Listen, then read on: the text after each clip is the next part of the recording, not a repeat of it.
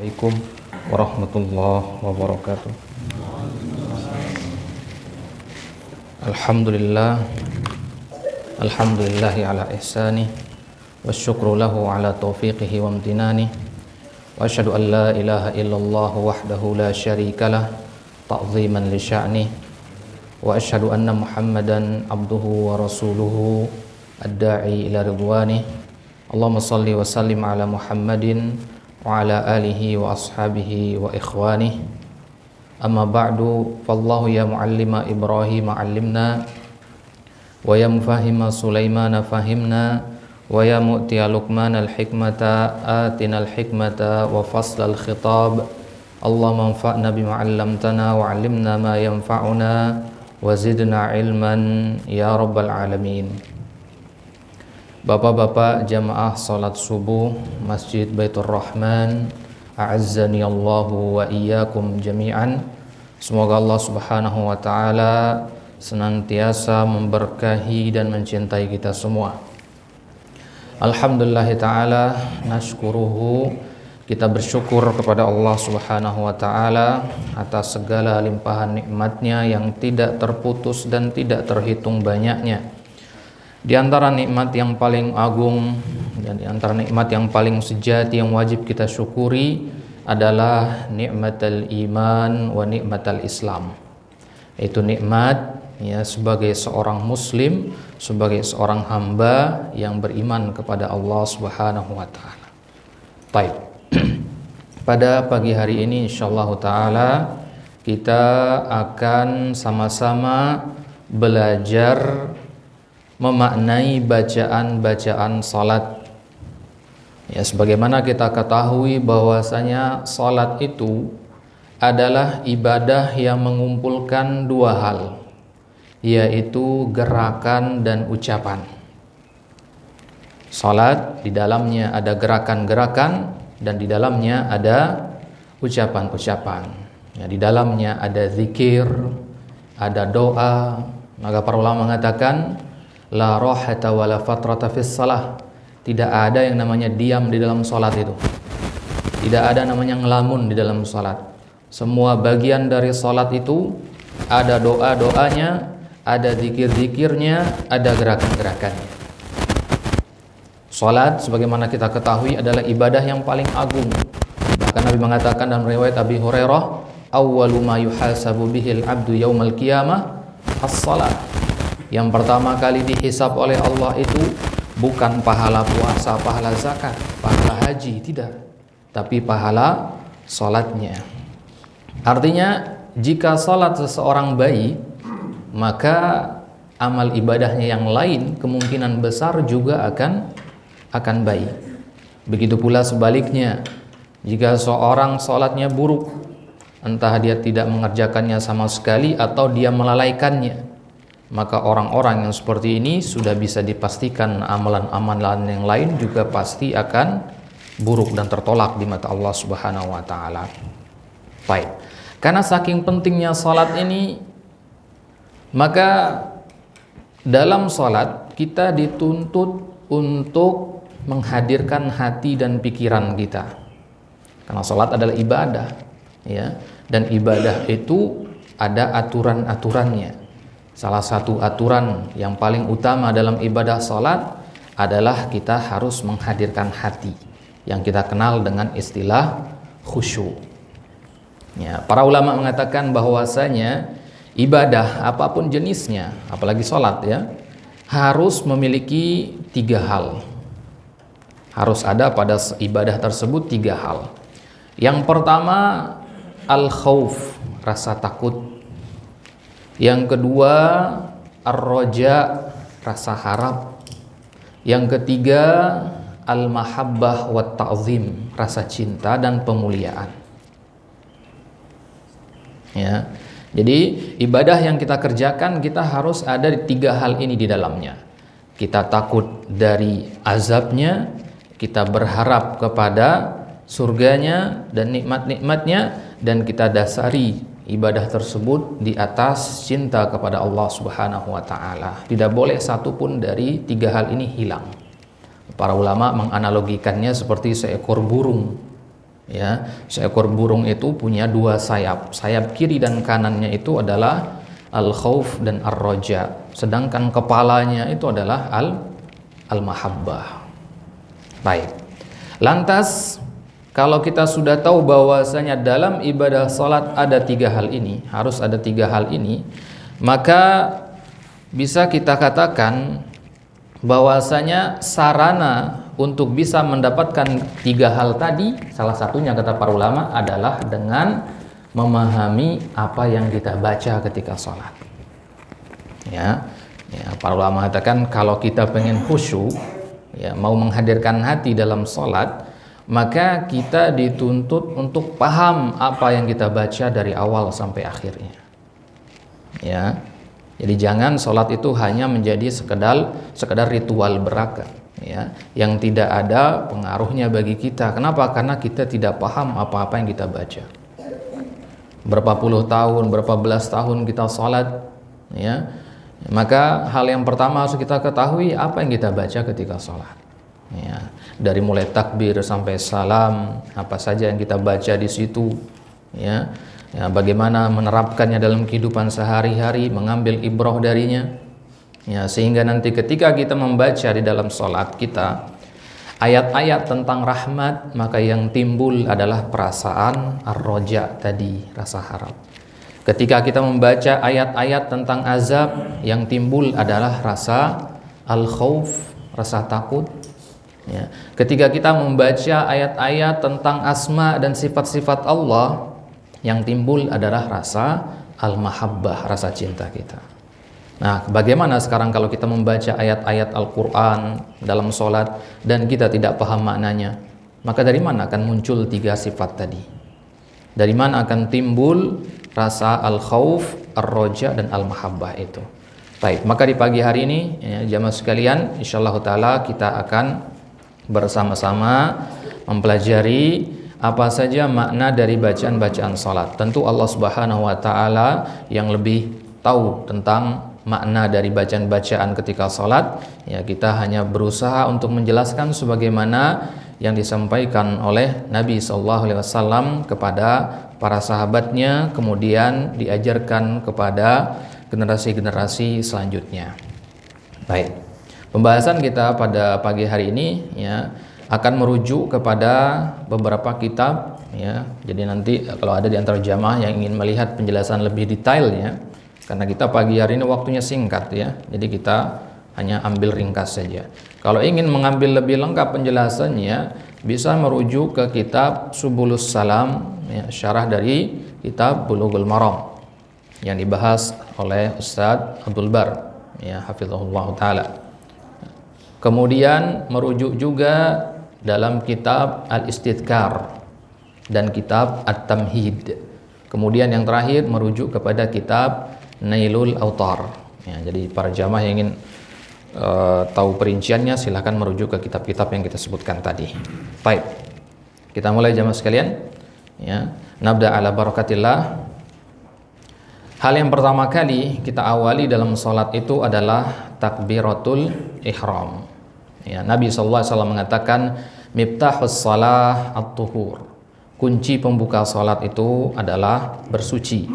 Ya, dan awalnya dibuka dengan takbiratul ihram dan diakhiri dengan salam.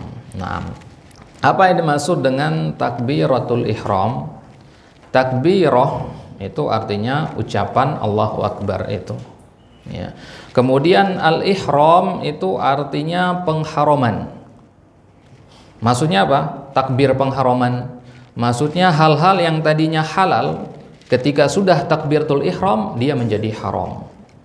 Makan, minum, berbicara itu hal-hal yang halal.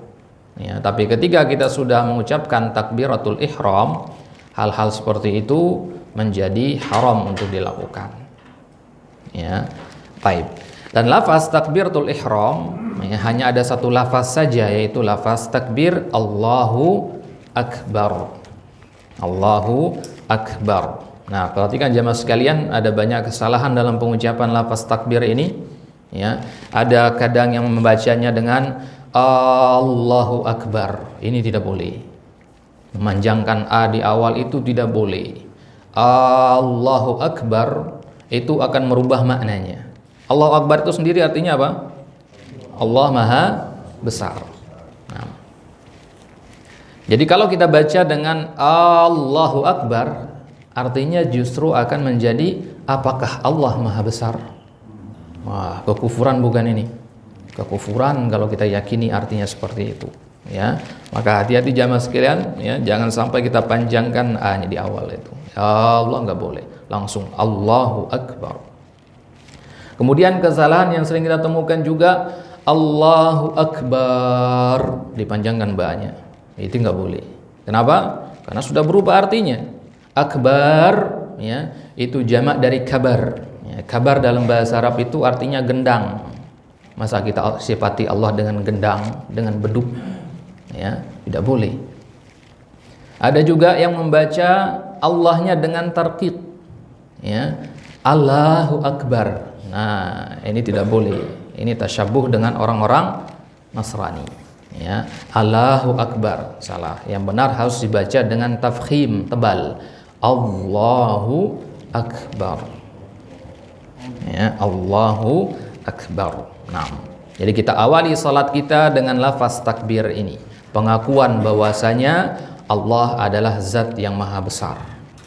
Kata akbar dalam bahasa Arab, ya, untuk yang ikut pelajaran bahasa Arab kemarin, ya, ini disebut dengan nama isim tafdil, perbandingan, yang artinya maha, ya.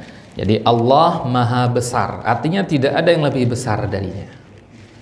Maka ketika kita mengawali sholat kita dengan lafaz ini, artinya kita mengaku kecil di hadapan Allah. Artinya kita mengaku bahwasanya Allah itu maha besar pada zatnya, maha besar pada nama-namanya, dan maha besar pada sifat-sifatnya. Nah, itu konsekuensi dari ucapan Allahu Akbar ini. Ya, maka ya, kita awali sholat kita dengan Allahu Akbar ini agar kita meninggalkan segala urusan dunia kita. Karena mau sebesar apapun dunia yang kita raih, itu Allah masih jauh lebih besar daripadanya. Setinggi apapun jabatan yang kita raih, ya, Allah lebih besar. Sebesar apapun nama yang kita punya di tengah masyarakat, Allah lebih besar. Ya, maka ya, itulah yang seharusnya kita ingat ketika kita mengangkat tangan bertakbir mengawali salat kita. Nah, ya, ini takbiratul ihram. Baik. Kemudian setelah kita mengucapkan takbiratul ihram, kita masuk ke bagian selanjutnya, yaitu membaca doa iftitah. Doa iftitah, ya, itu kadang juga disebut dengan doa istiftah, kadang juga disebut dengan doa as-sana. Ya. Apa itu doa iftitah? Iftitah secara bahasa artinya pembuka. Ya, doa untuk membuka salat. Dan doa iftitah ini sepakat para ulama bahwasanya hukumnya sunnah. Ya, tidak wajib dibaca ketika salat, tapi ya, tidak boleh meninggalkannya tanpa alasan. Ya, harus dibaca kalau memang ya, waktunya cukup, ya, dan tidak ada hal yang mengharuskan untuk tidak membacanya. Baik, ini dia doa iftitah, ya, atau doa istiftah. Baik, doa iftitah itu ada 12 macam, semuanya sahih dari Nabi SAW. Nanti kan kita lihat apa saja sebagiannya. Di sini kita ambil yang paling sahih. Dari mana kita tahu dia paling sahih? Karena dia diriwayatkan oleh Imam Bukhari dan Imam Muslim. Ya, derajat hadis yang paling sahih itu jamaah sekalian adalah yang kalau kita cari ada di Sahih Bukhari dan ada juga pada Sahih Muslim. Ya, maka kita pilih sekarang doa yang Nabi ajarkan kepada Abu Hurairah dan beberapa sahabat yang lainnya, yaitu Allahumma ba'id baini wa baina khotoyaya, dan seterusnya. Nah, sekarang kita akan kupas satu persatu maknanya. Jamaah yang punya kertas yang dibagikan itu, ya, dibuatkan kolom di bawahnya, di situ disediakan untuk ditulis artinya di situ. Ya, bisa lihat ke slide di depan untuk menulis arti-artinya. Baik, Allahumma, ini kata yang sering sekali kita dengar ya, doa-doa itu banyak sekali diawali dengan Allahumma. Allahumma itu jamaah sekalian artinya sama dengan kata ya Allah. Ya, Allahumma ini dalam ya ilmu bahasa ini disebutnya nida, namanya nida murakham. Ya, Allahumma artinya ya Allah. Ba'id, ba'id berakhiran sukun. Aturannya dalam ilmu bahasa kalau berakhiran sukun itu kata kerja perintah. Ya, Allahumma ba'id. Ya, berarti perintah dia. Kalau kita lihat doa-doa yang kita baca setiap harinya itu kebanyakan setelah Allahumma pasti perintah. Allahumma gfir, ya kan? Allahumma gfir. Ini kata kerja perintah. Ya. Di sini Allahumma ba'id. Ba'id itu artinya jauhkanlah. Ya Allah, jauhkanlah. Baini wa baina. Ya, baini wa baina. Baini itu ada ya sukun di belakangnya, itu artinya saya. Ya sukun itu artinya saya. Ya, Robbi artinya Rob saya. Ya, baiti artinya rumah saya. Ummi artinya ibu saya. Baini antara saya. Ya, antara aku. Wa baina, ya, dan antara khotoyaya. Khotoyaya artinya kesalahan-kesalahanku. Ya Allah, jauhkanlah antara aku dan kesalahan-kesalahanku, maksudnya dosa-dosaku, dosa besar, dosa kecil yang pernah aku lakukan sengaja pun tidak sengaja, jauhkan aku ya Allah antara diriku dengan dosa tadi. Ya. Kama artinya sebagaimana. Ya. Kama artinya sebagaimana. Ya Allah, jauhkanlah antara aku dan kesalahan-kesalahanku sebagaimana ba'atta engkau menjauhkan. Ya. Jauhkanlah antara aku dan dosa-dosaku sebagaimana engkau jauhkan bainal masyriqi wal maghrib. Apa arti baina tadi? Antara. Masyriq artinya timur. Sebagaimana engkau jauhkan antara timur wal maghrib dan barat. Masyriq itu arah timur maksudnya. Maghrib itu arah barat. Ya, timur sama barat itu jauh, nggak akan bertemu dia. Maka jauhkanlah antara aku dan dosa-dosaku sebagaimana engkau jauhkan jarak antara timur dan barat. Nah, kemudian lanjutannya Allahumma naqqini min khotoyaya. Apa arti Allahumma tadi? Ya Allah. Naqqini ada ya sukun di situ, artinya saya berarti. Ya, kemudian naqqi itu artinya ya sucikanlah. Allahumma naqqini artinya ya Allah, sucikanlah saya. Sucikanlah aku. Dari apa? Min khotoyaya. Ya, apa tadi khotoyaya? Kesalahan-kesalahanku. Ya Allah, sucikanlah aku dari kesalahan-kesalahanku. Kama yunaqqa. Apa arti kama tadi? Sebagaimana. Sebagaimana yunaqqa. Yunaqqa artinya disucikannya. Jadi sucikan aku dari dosa-dosaku sebagaimana disucikannya ats-tsaubul abyadu minad danas. Ats-tsaubu itu artinya baju atau pakaian. Al-abyad artinya putih. Minad danas artinya dari noda. Berarti ada analogi di sini, ada pengandaian. Ya. Ya, di sini kita mengandaikan dosa itu seperti kotoran pada pakaian. Maka ya Allah, sucikanlah aku dari dosa-dosaku sebagaimana pakaian yang putih itu disucikan dari noda. Ya, ada perumpamaan di sini, ada analogi. Baik. Kemudian lanjutan dari doanya Allahumma gsilni. Ya, Allahumma silni. Apa arti Allahumma tadi? Ya Allah, igsilni, ya, basuhlah aku. Ya Allah, basuhlah aku min khotoyaya. Apa tadi min khotoyaya?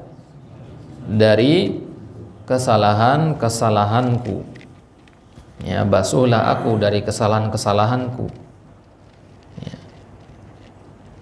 Bil ma'i, bi itu artinya dengan, al-ma artinya air, ya. Ya Allah, basuhlah aku dari kesalahan-kesalahanku, dari dosa-dosaku dengan air. Tentu ini adalah bahasa kiasan, ya. Ya, karena dosa itu kan tidak kelihatan sebagaimana najis. Jadi ya Allah, basuhlah aku dari kesalahan-kesalahanku dengan air. Lanjutannya wassalji wal barad, dan as-salji, ya, dan dengan salju, ya, wal baradi, dan dengan embun. Berarti ada berapa hal yang digunakan untuk mencuci dosa-dosa kita? 3 hal. Yang pertama air, yang kedua salju, yang ketiga embun. Mencuci dengan air saja sudah cukup, ya, tapi di sini kita tambah dengan 2 hal lagi, as-salju wal barad. Kata Imam Ibnul Qayyim rahimahullah, ya, kalau mencuci dengan air itu hanya cukup untuk mengangkat najis saja. Tapi kalau mencuci dengan salju dan embun itu, ya, bekas-bekas ataupun pengaruh yang ada yang ditimbulkan oleh najis tersebut ikut terangkat juga. Ya, jadi lebih bersih sesuatu yang disucikan dengan air ditambah salju dan embun. Kata Imam Ibnul Qayyim juga, beliau mengatakan karena salju dan embun itu adalah sesuatu yang tidak tersentuh oleh manusia, dia murni. Maka mensucikan sesuatu dengan salju dan embun akan membuat sesuatu itu menjadi murni. Jadi tidak cukup dengan air saja. Ini analogi tentunya, ya. Ini analogi, ya. Maka dalam berdoa kepada Allah itu boleh kita menggunakan bahasa-bahasa sastra seperti ini, ya, memperindah bahasa yang kita ucapkan. Dan ini Nabi yang bikin doa ini, ya. Nabi yang mengajarkan doa ini kepada kita, ya. Bahkan para ulama mengatakan ini adalah doa iftitah yang paling sahih, ya. Baik, maka kalau kita ingin baca doa iftitah, ya, utamakan yang paling sahih. Baik, jelas sampai sini doa iftitah. Ini akhirnya, ya. Nah, insyaallah kita semua hafal doa iftitah ini. Hafal insyaallah, ya. Baik. Ya, kalau selama ini mungkin pakai doa iftitah yang lain, ya, coba hafalkan yang ini juga biar bisa divariasikan. Kata para ulama, at-tanawubu fil ibadat, ya, mustahabbah. Ya. Memvariasikan bacaan-bacaan ketika sholat itu hukumnya dianjurkan, gitu, ya. Karena kalau tiap hari bacaan kita itu saja, hati itu kan lalai, ya. Kenapa lalai? Ya karena itu, ya, sehingga lewat begitu aja bacaannya. Tapi kalau tiap hari diganti bacaannya, kadang pakai doa iftitah yang versi ini, besoknya versi yang lainnya. Hari ini riwayat Ibnu Mas'ud, besoknya riwayat Abu Hurairah, besoknya riwayat Aisyah, dan seterusnya. Ya, maka hati itu akan lebih, ya, semangat, ya, lebih, ya, istilahnya, ya, lebih sigap untuk memahami makna-makna yang dibaca daripada, ya, hanya baca satu saja, gitu. Ya, minimal kita hafalkan 2 atau 3 dari doa iftitah yang, ya, sahih dari Nabi sallallahu alaihi wasallam. Baik.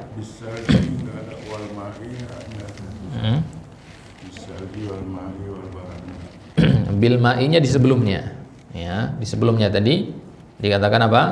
Allahumma ghsilni min khotoyaya bil ma'i wassalji wal barodi. Nah, jadi bil ma'i yang pertama, baru kemudian wassalji yang kedua, wal barodi yang ketiganya. Nah, ini dia doa iftitah. Baik. Kemudian bisa dilihat di depan, ini adalah variasi-variasi doa iftitah yang sahih dari Nabi SAW, dan ini pun hanya sebagian saja, ya. Ini kita kumpulkan berdasarkan riwayat yang paling kuat, ya. Riwayat yang paling kuat itu yang pertama, kemudian selanjutnya kedua, ketiga, keempat, dan seterusnya. Ya, bisa dilihat di situ. Yang pertama adalah doa yang kita baca tadi, Allahumma ba'id baini wa baina khotoyaya kama ba'adta bainal masyriqi wal maghrib, dan seterusnya. Sumber riwayatnya itu dari Imam Bukhari dan Imam Muslim, diriwayatkan dari sahabat yang mulia Abu Hurairah radhiyallahu anhu. Ya, nanti kita akan share ini di grup WhatsApp. Jadi kalau ada yang ingin menghafalkan doa-doa ini nanti bisa lihat di situ. Baik. Ya, untuk sekilas saja ini dia doa-doa iftitah yang lainnya, variasi yang lainnya. Ya. Yang ini semua adalah sahih, bersumber dari Nabi sallallahu alaihi wasallam. Ada yang Nabi sering baca ya ketika sholat malam, ada yang Nabi baca mau sholat malam ataupun sholat wajib ya. Ada juga yang tidak pernah ditinggalkan sama sekali sama Umar misalkan. Di doa-doa ini ada doa yang ya, Umar terus baca itu saja.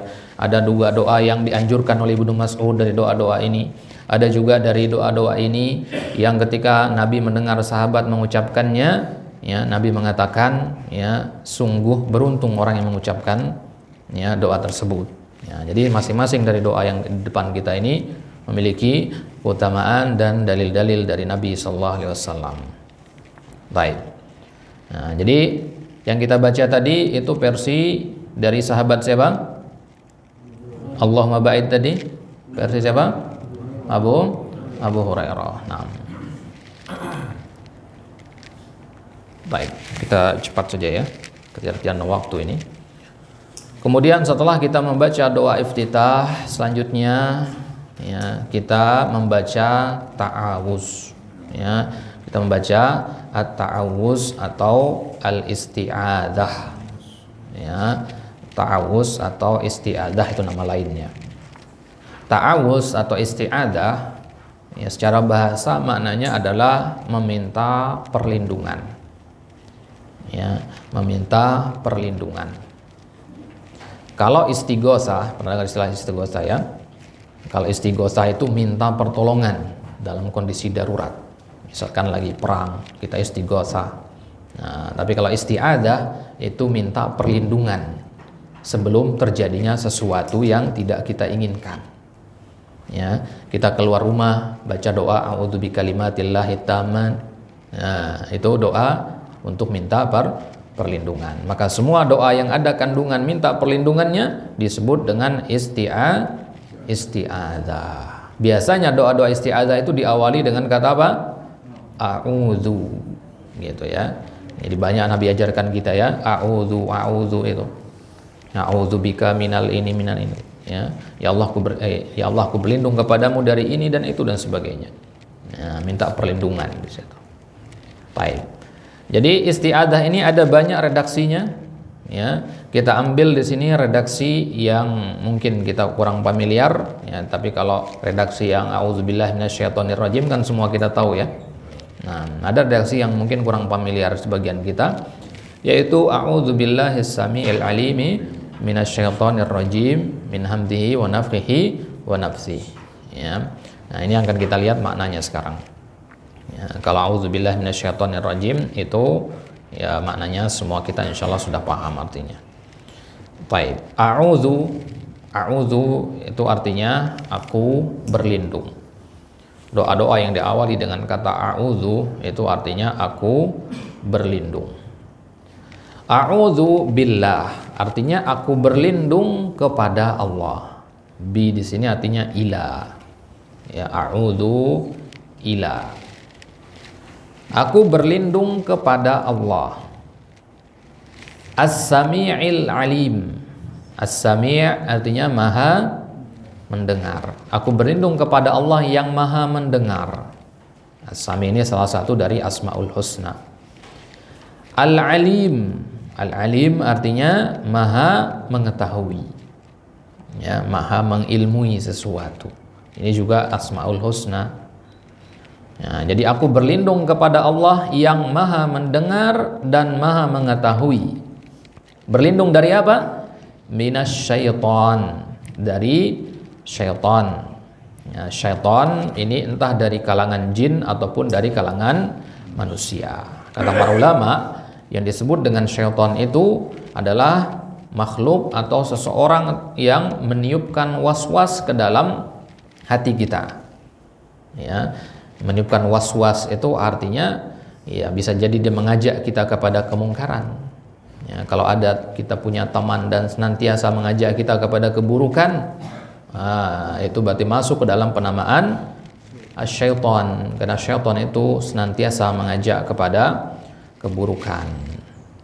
Baik, jadi kita minta perlindungan kepada Allah yang maha mendengar lagi maha mengetahui dari syaitan. Ya. Syaitan yang bagaimana? Ar-rajim. Ar-rajim artinya terkutuk. Itu biasanya terjemahkan ar-rajim itu artinya terkutuk.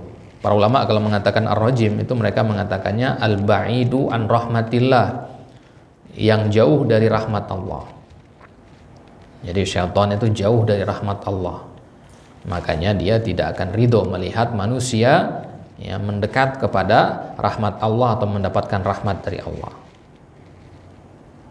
Nah, maka tempat paling banyak syaitan itu di mana? Ya, syaitan itu ngumpulnya paling banyak di mana? Dari kalangan jin misalkan, atau di kalangan manusia juga. Ya, di pasar. Ya, tempat yang paling buruk itu adalah pasar. Kenapa? Karena syaitan banyak sekali di situ. Makanya di pasar itu sering terjadi yang namanya ya riba, kemudian menipu dan sebagainya di situ. Nah, hasil bisikan dari ya syaitan. Makanya kita dianjurkan untuk berdoa sebelum masuk ke pasar, minta perlindungan kepada Allah dari bisikan syaitan. Baik. Jadi aku minta perlindungan kepada Allah yang maha mendengar lagi maha mengetahui dari syaitan yang terkutuk. Ya. Dari apanya syaitan kita minta perlindungan? Dari 3 hal yang ada pada diri syaitan. Yang pertama min hamzihi. Hamzihi itu artinya dari kegilaan yang ditimbulkan oleh syaitan. Ya. Jadi Al-Hafiz Ibnu Katsir rahimahullah mengatakan bahwasanya syaitan itu bisa menyebabkan kegilaan pada diri seseorang. Pernah lihat orang kesurupan? Bagaimana? Itu hamzihi namanya, seperti itu. Salah satu dari bentuk hamzinya syaitan.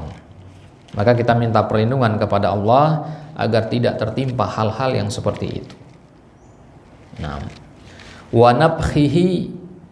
Nah, kita juga minta perlindungan dari tiupannya syaitan. Ya, jadi tiupan syaitan ini maksudnya bisikan-bisikannya. Ya, bisikan-bisikan mengajak kita untuk berbuat maksiat, mengajak kita untuk meninggalkan ketaatan. Nah, ini namanya nabkhihi. Wa nafsihi, dan dari sihirnya. Ini penafsiran yang tepat dari kata nafsi ini. Ada beberapa penafsiran, ya. Ini insyaallah yang paling rajih. Wa nafsihi artinya dan dari sihirnya. Ya, ini maksudnya berarti syaitan dari kalangan manusia, yaitu para dukun. Ya, karena mereka yang melakukan yang namanya sihir itu. Maka kita minta perlindungan kepada Allah dari sihir yang mereka buat itu. Ya, di ayat dikatakan min syarrin naffasati fil uqad, dari keburukan perempuan-perempuan tukang sihir yang meniup pada buhul-buhul, ya, santet dan sebagainya. Nah, itu cara untuk mengirimkannya itu adalah dengan nafsihi, dengan sihir, dengan tiupannya. Taib. Ya, ini dia lafaz isti'adzah yang kita ambil di sini. Taib. Lafaz isti'adzah atau ta'awuz yang lainnya ada 6 totalnya, bisa kita lihat di depan. Ini semua ada dalilnya dari Nabi sallallahu alaihi wasallam, ya, sahih dari Nabi semua ini. Ya. Taib. Coba kita baca sama-sama dari nomor 1 ya. Yang pertama, a'udzu billahi minasy syaithanir rajim.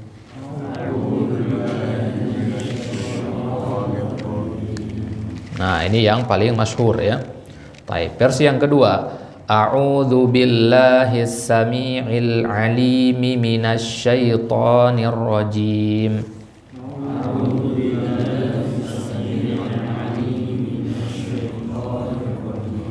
Berarti ditambahkan kata as-sami'il 'alim ya. Nah, kemudian yang ketiga, a'udzu billahis samii'il 'aliimi minasy syaithanir rajim.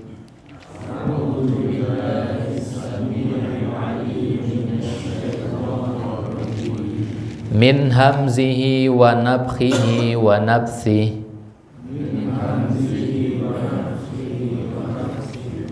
Nah, yang keempat, Allahumma inni a'udzubika minasy syaithanir rajim.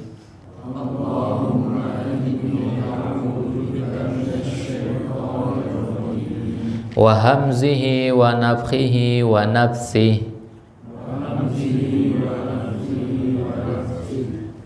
Yang kelima, a'udzu billahi minasy syaithanir rajim. Innallaha huwas samiul alim. Ha huwa, ya, innallaha huwa. Nah, yang terakhir, versi yang terakhir, a'udzu billahil azim wa biwajhihil karim wa sultanihil qadim minasy syaithanir rajim. Baik, ini dia 6 versi ta'awuz, semuanya sahih dari Nabi sallallahu alaihi wasallam. Ya, silahkan dipilih ya yang mana mau diamalkan. Ya, kalau baru hafal satu, maka hafalkan yang lainnya juga ya agar bisa divariasikan nanti. Ya, jadi sebelum kita membaca Al-Qur'an atau sebelum sholat ya, dalam sholat ya, itu bisa kita variasikan nanti salah satu dari ya 6 bentuk ta'awuz ini. Baik. Kemudian setelah kita membaca ta'awuz, kita membaca inti dari sholat, yaitu surat Al-Fatihah. Ya, kita membaca suratul Fatihah. Baik. Nabi SAW mengatakan dalam riwayat yang sahih dari Abi Hurairah radhiyallahu ta'ala anhu, ya, la salata liman lam yaqra bi Fatihatil kitab. Tidak ada salat, artinya berarti salatnya tidak sah, tidak diterima bagi orang-orang yang tidak membaca Fatihatil kitab, yaitu surat Al-Fatihah. Jadi kalau ada orang yang meninggalkan surat Al-Fatihah ketika salat, dikatakan salatnya tidak sah, tidak diterima, harus diulang. Ya, kenapa? Karena surat Al-Fatihah itu adalah rukun. Rukun itu artinya penyusun. Ya, penyusun dari salat, tiangnya salat. Tanpa tiang maka akan robohlah bangunan salat itu. Baik. Ya, surat Al-Fatihah ya, diawali dengan Bismillahirrahmanirrahim. Para ulama bersisi pendapat apakah basmalah itu bagian dari Al-Fatihah ataukah pembuka setiap surat. Ya, jumhur ulama mengatakan bahwasanya Bismillahirrahmanirrahim itu bagian dari surat Al-Fatihah. Kecuali Ibnu Abbas dan beberapa ulama mengatakan Bismillahirrahmanirrahim adalah pembuka setiap surat. Ya, bukan bagian dari Al-Fatihah. Baik. Jadi kita ambil pendapat jumhur yang mengatakan basmalah atau Bismillahirrahmanirrahim bagian dari Al-Fatihah. Bismillah, mana bismillah? Ya, dengan nama Allah. Artinya dengan menyebut nama Allah. Ya, meskipun tidak tertulis kata menyebut di situ ya. Jadi bismillah artinya dengan nama Allah, dengan menyebut nama Allah maksudnya. Ya, dengan menyebut nama Allah, artinya berarti nama Allah yang pertama kali Allah sebutkan dalam Al-Quran itu adalah kata Allah. Nama Allah yang paling mulia itu adalah Allah. Maka kita katakan Ar-Rahman, Ar-Rahim, Al-Malik, Al-Quddus, As-Salam, Al-Mu'min, Al-Muhaimin dan seterusnya. Itu adalah nama-nama Allah, turunan dari nama Allah. Gitu ya. Ya, makanya Syekh Abdul Razak di dalam kitab fikih Al-Asma'il Husna, nama yang pertama kali beliau bahas itu adalah Allah. Ya, apa makna dari kata Allah itu sendiri? Allah itu diambil dari kata al-ilah. Ya, bermakna al-ma'luh awil ma'bud. Ya, jadi Allah itu maknanya adalah sesembahan. Maka ketika kita mengatakan bahwasanya Dia adalah Allah, artinya kita mengakui Dialah sesembahan kita. Ya. Kalau kita mengakui Dia adalah yang Maha Pengasih, tapi tidak mengakui Dia sebagai sesembahan, kan percuma. Itu maksudnya. Ya. Maka inti dari Asmaul Husna itu adalah pada nama Allah ini. Makanya surat Al-Fatihah diawali dengan nama Allah. Baru kemudian nama selanjutnya itu Ar-Rahman, artinya Maha Pengasih. Kemudian Ar-Rahim, artinya Maha Penyayang. Ar-Rahman Ar-Rahim ini berasal dari akar kata yang sama, yaitu rahmah, kasih sayang. Nah, jadi mirip artinya Ar-Rahman sama Ar-Rahim itu. Ya, banyak penafsiran di kalangan para ulama, tapi penafsiran yang paling sahih insyaallah taala adalah penafsirannya ya Syekh Al-Utsaimin rahimahullah di dalam tafsir Juz Amma. Beliau mengatakan Ar-Rahman itu artinya yang memiliki kasih sayang yang luas. Dzur rahmatil wasi'ah. Ar-Rahman artinya yang memiliki kasih sayang yang luas. Ar-Rahim artinya yang maha mampu memberikan kasih sayangnya kepada siapapun yang ia kehendaki. Karena ulang, Ar-Rahman itu artinya yang memiliki kasih sayang yang luas. Ar-Rahim artinya yang maha mampu menyayangi atau memberikan kasih sayang kepada siapapun yang ia kehendaki. Nah, ini adalah penafsiran yang paling tepat. Ini sudah pernah kita bahas sebenarnya ya. Di beberapa pekan sebelumnya sudah pernah kita bahas tafsir dari surat Al-Fatihah. Ya, di situ ya, lebih terperinci waktu itu kita bahas. Ya, sekarang sekilas saja. Baik, jadi Bismillahirrahmanirrahim artinya dengan nama Allah yang Maha Pengasih dan Maha Penyayang. Ya, Alhamdulillah. Alhamdu artinya pujian. Ya, kemudian biasanya kita artikan dengan segala puji ya. Dapat dari mana kata segala itu? Dari alif lamnya. Jadi alhamdu, ya, kenapa diartikan segala puji? Diambil dari alif lamnya. Lillah, apa arti lillah? Bagi Allah, milik Allah. Jadi segala pujian itu hendaknya hanya diberikan kepada Allah saja. Baik. Jadi alhamdulillah artinya segala puji bagi Allah. Ya. Kenapa kok segala puji bagi Allah? Kenapa harus pujian itu kita ya, tujukan kepada Allah semuanya? Karena Allah adalah Rabbil Alamin. Ya, Rabb artinya ya Rabb. Ya. Kapan? Kenapa Allah dikatakan Rabb? Karena terkumpul padanya berapa hal kemarin? Ya, 3. Apa saja? Ya, yang pertama Al-Khalq, dia sebagai pencipta. Yang kedua dia sebagai yang menghidupkan dan mematikan. Yang ketiga dia sebagai pemberi rezeki dan pengatur. Ya, jadi Allah Subhanahu wa taala disebut Rabb karena dia yang menciptakan, dia yang menghidupkan dan mematikan, dan dia yang memberi rezeki serta mengaturnya. Ya, jadi kalau di muka bumi ini ada suatu zat yang mampu melakukan 3 hal tadi, ya, dan itu tidak akan mungkin, ya, maka bisa dikatakan dia adalah Rabb. Maka satu-satunya yang mampu melakukan 3 hal tadi hanyalah Allah Subhanahu wa taala.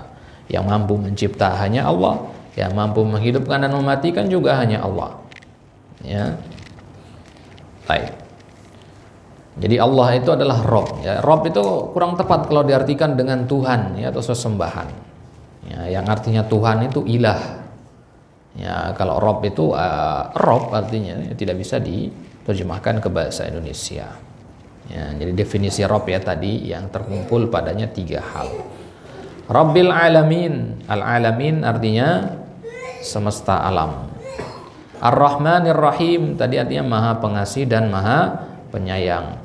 Maliki Yaumiddin. Malik artinya raja atau penguasa. Ya, Allah adalah penguasa Yaumiddin. Ya, apa arti Yaumiddin? Hari pembalasan. Maka nanti ketika kita sholat, kita membaca surat Al-Fatihah sampai pada ayat ini, ingatlah bahwasanya segala tindak tanduk kita, segala ucapan kita, bahkan segala yang terlintas di hati kita, itu semua ada pembalasannya dari Allah Subhanahu wa taala, besar ataupun kecilnya, baik ataupun buruknya. Baik. Maka satu-satunya yang berkuasa pada hari itu, yaitu hari pembalasan, hanyalah Allah Subhanahu wa taala. Taib. Nah, sampai ayat yang keempat ini kata Nabi dalam hadis qudsi bahwasanya Nabi Allah Subhanahu wa taala membagi surat Al-Fatihah ini menjadi 2 bagian. Satu bagian untuk dirinya sendiri, satu bagian untuk hambanya. Ya, bagiannya Allah sudah selesai sampai ayat yang keempat tadi. Ya, itu semua tentang Allah ya. Ar-Rahmanir Rahim, Maliki Yaumiddin, itu semua tentang Allah. Nah, sekarang ayat yang kelima, Iyyaka na'budu wa iyyaka nasta'in. Ini inti dari surat Al-Fatihah. Ini adalah pertengahan dari surat Al-Fatihah. Ya, maka sampai-sampai Al-Imam Ibnul Qayyim rahimahullah menulis satu kitab hanya untuk membahas tentang Iyyaka na'budu wa iyyaka nasta'in ini. Itu kitab Madarijus Salikin itu. Ya, kitab yang tebal membahas tentang faedah-faedah dari ayat Iyyaka na'budu wa iyyaka nasta'in. Iyyaka artinya hanya kepadamu. Na'budu kami menyembah. Wa iyyaka nasta'in dan hanya kepadamu kami nasta'in. Nasta'in artinya meminta tolong. Apa bedanya dengan isti'adah tadi? Kalau isti'adah itu belum terjadi, ya, belum terjadi. Artinya kita minta perlindungan, tindakan preventifnya, ya, minta perlindungan dari sesuatu, itu isti'adah. Kalau isti'anah dari kata nasta'in ini itu minta pertolongan, ya, entah ketika musibah itu dekat ataupun jauh, ya, akan terjadi ataupun tidak akan terjadi. Baik, kita minta tolong kepada Allah. Berarti inti dari surat Al-Fatihah ini, kalau kita katakan intinya pada ayat ini, berarti inti dari Al-Fatihah itu adalah kalimat tauhid. Kenapa? Karena inti dari ayat ini, Iyyaka na'budu wa iyyaka nasta'in, hanya kepadamu kami menyembah. Ini kan sama dengan makna dari kalimat la ilaha illallah. Nah, ihdinas siratal mustaqim. Ihdina artinya tunjukilah kami. Ihdi tunjukilah. Na kami. Tunjukilah kami. Apa yang tunjuki kepada kami? As-sirata. As-sirat artinya jalan. Nah, tapi ini jalan secara kiasan, bukan jalan raya, bukan, ya. As-sirat ini jalan yang secara maknawi. Ya, jalan yang bagaimana? As-siratal mustaqim, ya, jalan yang lurus. Ya, bagaimana jalan yang lurus itu? Ya, Allah jelaskan di ayat selanjutnya, siratal ladzina an'amta 'alaihim. Yaitu jalannya orang-orang, ya, yaitu jalannya orang-orang yang bagaimana? An'amta, engkau berikan nikmat, 'alaihim, atas mereka. Nah, berarti di antara bentuk nikmat Allah itu adalah apa? Petunjuk. Ya, petunjuk berada di atas jalan yang lurus. Ya. Karena Allah katakan di situ an'amta 'alaihim, berikan nikmat. Ya, nikmatnya berupa petunjuk di atas as-siratal mustaqim tadi. Baik. Jadi definisi dari as-siratal mustaqim adalah jalan orang-orang yang engkau berikan nikmat kepada mereka. Ya, disebutkan dalam surat An-Nisa, ya, minas siddiqin wan nabiyyin wasyuhada. Ya, yang dimaksudkan dengan orang-orang yang mendapatkan nikmat dari Allah itu adalah, ya, para nabi, orang-orang siddiqin, orang-orang syuhada. Ya, mereka lah yang disebut dengan, ya, an'amta 'alaihim di sini. Baik. Ghairi artinya bukan. Ya, bukan jalannya orang yang al-maghdubi 'alaihim. Al-maghdubi 'alaihim artinya orang-orang yang dimurkai oleh Allah. Ya. Waladdallin, bukan juga jalannya orang-orang yang tersesat. Ya, Nabi sendiri menafsirkan ayat ini mengatakan al-maghdubi 'alaihim, orang-orang yang dimurkai itu siapa? Ya, orang-orang Yahudi. Kemudian orang-orang yang tersesat itu siapa? Orang-orang Nasrani. Kenapa Yahudi dikatakan orang-orang yang dimurkai? Karena mereka punya ilmu tapi tidak mengamalkannya. Mereka tahu Nabi Muhammad adalah Nabi akhir zaman, tapi mereka menolak kenabian beliau. Ya. Lantas kenapa orang Nasrani dikatakan orang-orang tersesat? Karena mereka beribadah tanpa dasar ilmu. Mereka mengklaim Nabi Isa adalah, ya, Tuhan. Nah, ini kan klaim tanpa dasar ilmu. Taib. Maka kata para ulama, ya, bahwasanya kalau ada seseorang yang dia punya ilmu tapi tidak mengamalkannya, atau dia tidak punya ilmu dan beramal tanpa dasar ilmu, maka dia masuk ke dalam ayat ini. Maka ilmu itu harus melahirkan amalan. Amalan pun harus didasarkan kepada ilmu. Kita sholat, puasa, zakat itu semua butuh ilmu, ada ilmunya. Baik. Kemudian setelah selesai dari surat Al-Fatihah, kita disunnahkan untuk at-ta'min. At-ta'min itu ucapan amin. Ucapan amin, ini cara bacanya seperti ini ya. Amin, bukan amin atau amin. Panjangnya jelas di a dan mi. Amin. Berapa harokatnya? Amin ini bukan bagian dari Al-Quran. Jadi kaidah tajwid tidak berlaku padanya. Tapi kalau kita mau memanjangkan, berarti bebas berapa panjang pun di situ. Tapi kalau kita ngelihat ke tulisannya a, ada tanda mat di situ ya. Nah biasanya tanda mat begitu kalau dalam Al-Quran itu 6 harokat. Mi itu 2 harokat. A 6 harokat. Min 2 harokat. Itu kalau mau menerapkan kaidah tajwid. Tapi selama kita baca panjang berapapun harokatnya tidak masalah. Baik. Apa keutamaannya amin ini?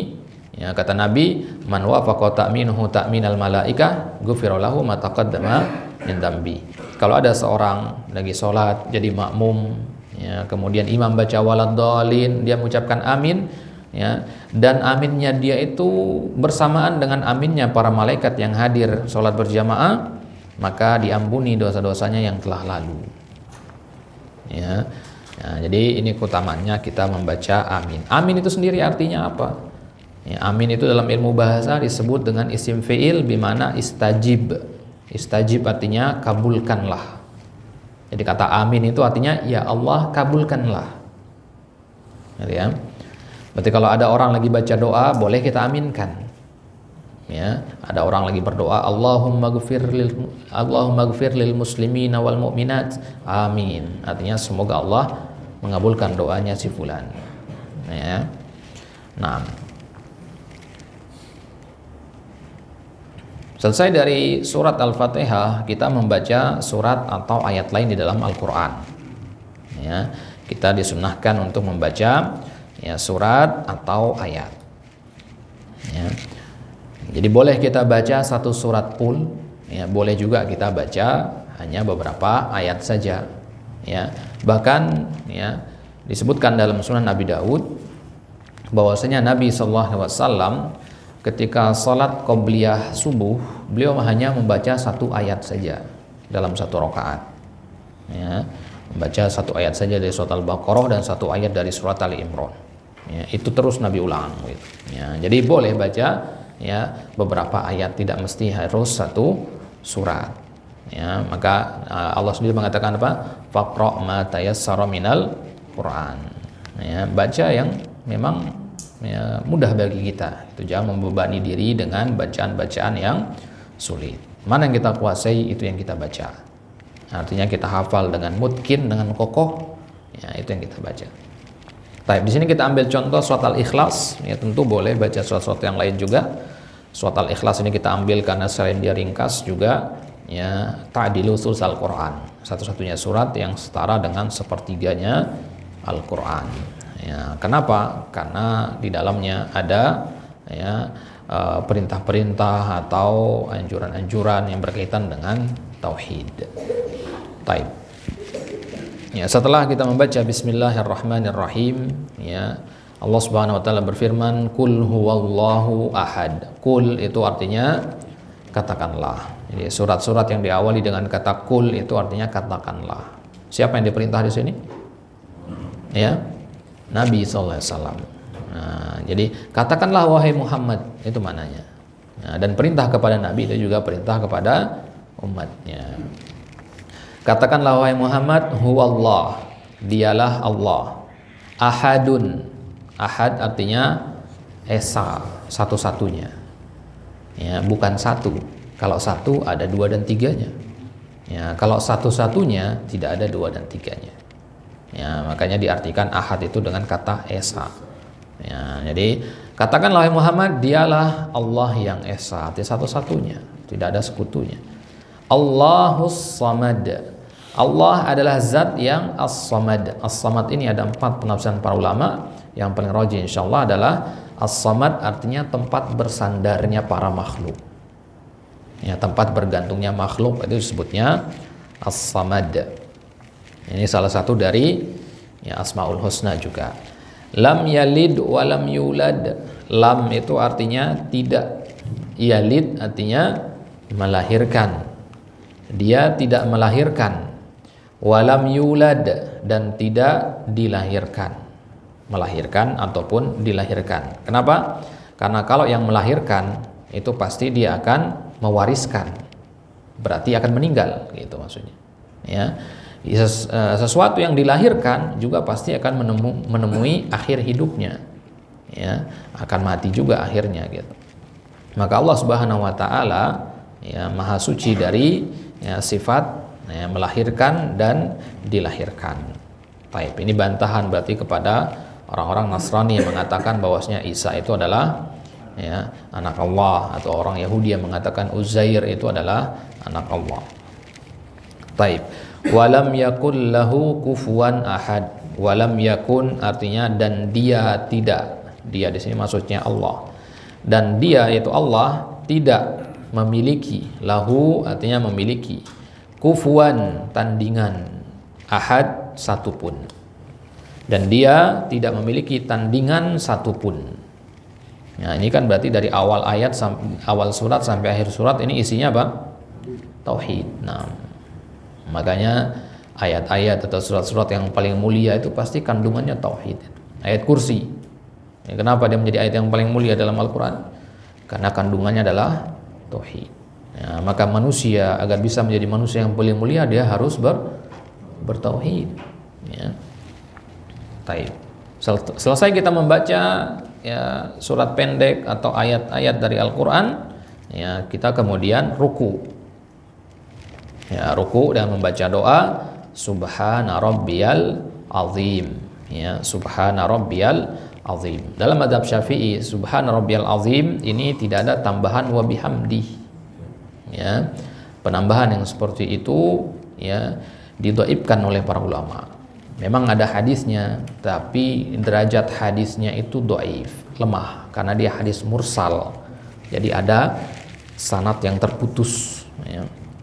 Nah, sehingga para ulama hanya mengatakan Subhana Rabbiyal Azim. Jadi ada banyak riwayat yang mengatakan Subhana Rabbiyal Azim, hanya satu yang mengatakan wa bihamdi, dan itu pun dhaif. Nah, sekarang mana yang harus kita amalkan? Yang banyak atau yang satu dan dhaif? Gitu. Ya, nah. Jadi Subhana Rabbiyal Azim. Apa arti Subhana Rabbiyal Azim? Subhana artinya maha suci, dan kalimat ini hanya boleh dinisbatkan kepada Allah. Tidak boleh kita katakan Subhana Fulan, Subhana Muhammad, Subhana Jibril, nggak boleh. Subhana itu hanya boleh untuk Allah saja. Maha suci. Rabbiya, dari kata Rabbi artinya Robku. Maha suci Robku. Al-Azim. Al-Azim artinya yang maha mulia. Jadi di sini dalam doa ruku ini berarti ada dua yang harus kita pahami di sini. Kita sedang mensucikan Allah dan sedang memuliakannya. Ada pensucian dan ada pemuliaan. Ya, maka kita tidak ridho dengan ucapan-ucapan makhluk ya yang merendahkan nama-nama dan sifat-sifat Allah atau syiar-syiarnya Islam. Ya, kenapa? Karena Allah itu maha suci. Ya, Subhana Rabbika Rabbil Izzati amma yasifun. Ya, Allah itu maha suci dari apa-apa yang ya, diucapkan oleh orang-orang yang tidak berilmu. Baik. Jadi doa ruku yang kita baca adalah Subhana Rabbiyal Azim. Ini kita ulang. Bagaimana kalau imam rukunya lama? Ya, kita udah ulang 3 kali ini, imam masih saja ruku. Apa kita berhenti, bengong? Nggak boleh. Kita ulang terus Subhana Rabbiyal Azim. Sampai kapan? Ya sampai imam berubah gerakannya. Ya, jadi jangan ada waktu yang kosong. Nah, bagaimana kalau waktu yang kosong ketika ruku itu kita baca Al-Quran? nggak boleh. Ada larangan dari Nabi, ya, nggak boleh. Kenapa? Karena ruku dan sujud itu waktunya untuk berdoa memuji Allah atau mensucikan Allah, bukan untuk baca Al-Quran, ya. Jadi istilahnya ruku dan sujud itu haknya Allah. Kalau baca Al-Quran itu kan haknya kita, karena dapat pahala di situ kan. Jadi ya, ruku dan sujud itu harus diisi dengan tasbih, diisi dengan pujian, pengagungan, pemuliaan. Baik. Lantas bacaan ruku itu ternyata bukan hanya satu saja, ya. Ada 5 setidaknya bacaan ruku, ya, yang ya, ini sabit dari Nabi SAW semuanya. Ada dalilnya semua. Nah, yang pertama yang kita baca tadi, Subhana rabbiyal azim, itu riwayat Imam Muslim dari sahabat Huzaifah, ya, Imam Muslim. Ada riwayat yang lain, versi yang lain, Subuhun Kudus Rabbul Malaikati Warruh, ya, ini masyhur juga ini riwayat Muslim dari Aisyah. Kalau yang tadi riwayat Muslim dari Huzaifah bin Yaman, ya. Kemudian yang ketiga, Subhanakallahumma Rabbana wa bihamdika Allahumma ghfirli. Ini riwayat Bukhari Muslim dari Aisyah. Ini sangat kuat ini derajatnya, ya. Bahkan dikatakan Umar nggak pernah meninggalkan yang ini, ya. Umar ruku nggak pernah pakai yang lain, nanti saya pakai yang ini, gitu. Maksudnya mengajarkan kepada sahabat akan mulianya kandungan dari bacaan ini. Baik. Kemudian yang keempat, Allahumma laka raka'tu wa bika amantu wa laka aslamtu. Khasya'a laka sam'i wa basari wa mukhi wa azmi wa asabi. Ya. Ya, kemudian yang kelima, subhanadzil jabarut wal malakut wal kibriyai wal azamah. Ya, ini dia bacaan-bacaan ruku. Kalau kita baru hafal satu, tambahkan satu lagi minimal, ya. Atau kalau bisa hafalkan semuanya sehingga bisa diganti-ganti, divariasikan nanti. Baik. Ya, versi yang paling fleksibel dari versi ini versi yang kedua, ya, itu bisa dibaca ketika ruku maupun sujud, gitu. Ya, subuh dan kudus itu bisa ruku bisa sujud juga. Ya, kadang ada yang suka ketukar nggak nih ruku sama sujud kadang, ya. Subhana rabbiyal azim sama subhana rabbiyal a'la. Nah, biar nggak ketukar pakai yang kedua aja, ya. Karena apa? Karena boleh untuk ruku dan sujud. Kalau suka ketukar, ya. Baik, kenapa? Subhanakallahumma rabbana wa bihamdika. Nah, ini juga boleh, ya, boleh. Tapi bukan dari riwayat Bukhari Muslim, nanti riwayat yang lain, ya. Nah, nanti kita bahas dia sujud. Baik, sudah, ya. Nah, kemudian setelah kita ruku, kita bangkit dari ruku. Bangkit dari ruku itu namanya al-i'tidal. I'tidal itu artinya tegap, tenang, ya. Makanya kalau i'tidal itu jangan, ya, badan itu condong ke depan, ya, siap-siap mau sujud, enggak, ya. Bangkit dari ruku, tegakkan badan dulu, ya, baru kemudian condongkan badan sedikit untuk turun sujud. Jangan bangkit langsung condong ke depan. Nah, ini tidak tumakninah, seperti ini, ya, tidak tenang dalam salatnya, ya. Jadi yang dimaksud dengan i'tidal itu adalah tenang ketika bangkit dari ruku, tegap, itu. Baik. Setelah bangkit dari ruku ada 2 hal yang harus kita baca di situ. Yang pertama namanya at-tasmi'. At-tasmi' itu ucapan sami Allahu liman hamidah. Ya, ini harus dibaca sama imam. Ya, tapi kalau makmum boleh baca, boleh tidak. Lebih utama kalau dia membaca. Baik. Sami Allahu liman hamidah artinya apa? Sami Allah artinya Allah mendengar. Liman siapa saja, hamidah yang memujinya. Ya, jadi imam mengatakan, jamaah sekalian, Allah itu maha mendengar pujian kita. Ya, berarti anjuran untuk kita apa? Untuk memuji Allah. Nah, ini namanya at-tasmi' namanya. Ya, ini wajib dibaca sama imam. At-tasmi'. Kemudian setelah at-tasmi' itu ada namanya at-tahmid. Nah, ini yang banyak versi ini, ya. At-tahmid itu setelah kita baca sami Allah liman hamidah. Apa lanjutannya? Rabbana walakal hamdu hamdan katsiran thayyiban mubarakan fi. Ya, sampai situ. Ada versi-versi yang lain? Ada. Nanti kita lihat, ya. Baik, sekarang ini kita lihat artinya dulu. Rabbana artinya wahai Rabb kami. Ya, kabulkanlah. Ya, meskipun di dalam kalimat ini tidak ada kata kabulkanlah, ya, Ibnu Daqiq Al-Id rahimahullah mengatakan penafsiran yang benar pada kata Rabbana itu adalah wahai Rabb kami kabulkanlah. Ya, kalau kita buka kitab-kitab terjemah, ya, Rabbana itu pasti diartikannya wahai Rabb kami, sampai situ. Mana kata kabulkanlahnya? Nah, Ibnu Daqiq Al-Id mengatakan Rabbana itu harus ada kata kabulkanlah lanjutannya. Ya, jadi ya Allah Rabb kami kabulkanlah, walakal hamdu, ya, dan milikmulah segala pujian. Ya, pujian yang bagaimana? Katsiran, pujian yang banyak, thayyiban, yang baik, mubarakan fi, yang penuh berkah. Jadi ini ada sifat untuk pujian yang harus kita berikan kepada Allah.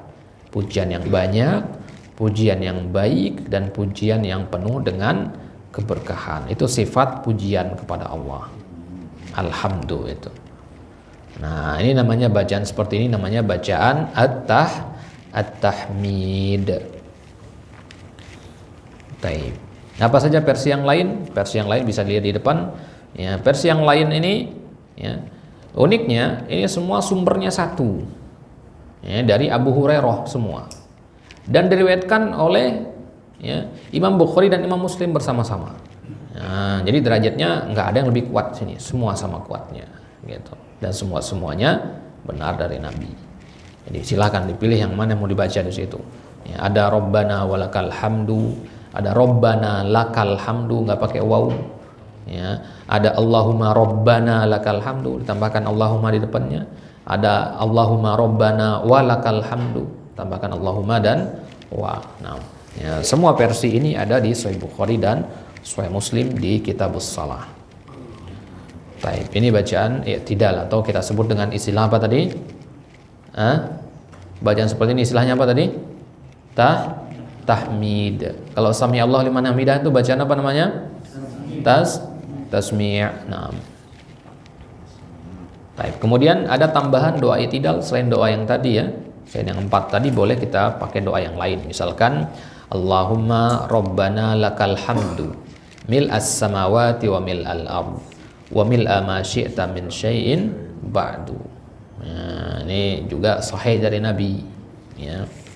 Ada lagi versi yang lain. Contohnya misalkan Rabbana lakal hamdu mil'as samawati wal ardh wa mil'a ma syi'ta min syai'in ba'du ahlas sana'i wal majd ahaqqu ma qala al-'abd wa kulluna laka 'abd Allahumma la mani'a lima a'tait wa la mu'tiya lima mana'ta wa la yanfa'u dzal jaddi minkal jaddu. Nah, ini juga versinya. Ya, ini panjang, ya. Berarti ini tidak cocok kalau dipakai sholat berjamaah, ya. Ya, keduluan habis waktunya. Berarti ini kita baca ketika sholat malam. Ya, disebutkan dalam riwayat Aisyah. Nah, ini riwayatnya dari Aisyah. Jadi Aisyah pernah mendengar Nabi baca doa ini ketika qiyamul lail. Ya. Baik. Kemudian setelah ruku kita turun untuk sujud. Nah, di sini kita hanya bahas bacaan saja, ya. Untuk bagaimana gerakan turun dari ruku menuju sujud, dari i'tidal menuju sujud dan sebagainya. Ya, itu pembahasannya bersama Ustaz Abdul Bar. Ya, sudah dibahas kalau nggak salah ini. Sudah kan? Nah, ya, jadi itu dibahas gerakannya seperti apa dan juga bacanya juga kan. Kalau di sini kita hanya fokus kepada bacaan saja. Baik. Kemudian ketika sujud, doa yang kita baca adalah Subhana Rabbiyal A'la. Nah, kalau ketika ruku tadi Subhana Rabbiyal Azim. Ya, apa bedanya Al-A'la dengan Al-Azim? Kalau Al-A'la itu artinya maha tinggi. Cara mengingatnya nanti begini. Posisi seorang hamba itu paling rendah adalah ketika dia sedang sujud. Artinya anggota tubuh yang paling mulia yaitu wajah kita letakkan setara dengan kaki. Ini bentuk penghinaan kita di hadapan Allah, ketundukan kita, gitu. Nah, maka kita berdoa di situ Subhana Rabbiyal A'la. A'la artinya maha tinggi. Kita merendah dan mengakui Allah itu maha tinggi. Ya, jadi nggak ada lagi kesombongan di situ maksudnya. Sedangkan ruku itu gerakan untuk penghormatan. Ya, gerakan untuk penghormatan inhina namanya, dan hanya boleh diberikan kepada Allah saja. Ya, pernah lihat orang Jepang ya, kalau salam itu kan nunduk begitu ya. Ya, itu ruku itu nggak boleh diberikan kecuali kepada Allah saja. Nggak boleh kita hormati orang dengan cara seperti itu. Ya, itu al-inhina, tidak boleh diberikan kecuali kepada Allah saja. Makanya doa ruku adalah subhana rabbiyal azim. Ya, ruku adalah gerakan memuliakan dan kita baca al-azim. Al-azim artinya yang maha mulia. Jadi pas di situ gerakan sama bacaannya pas. Ya. Baik.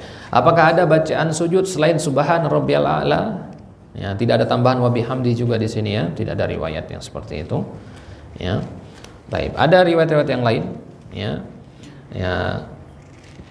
Bacaan sujud yang lain misalkan ya selain subhan rabbiyal a'la yang kita sebutkan tadi ya, subuhun kudus rabbul malaikati warruh. Ini dari Aisyah juga.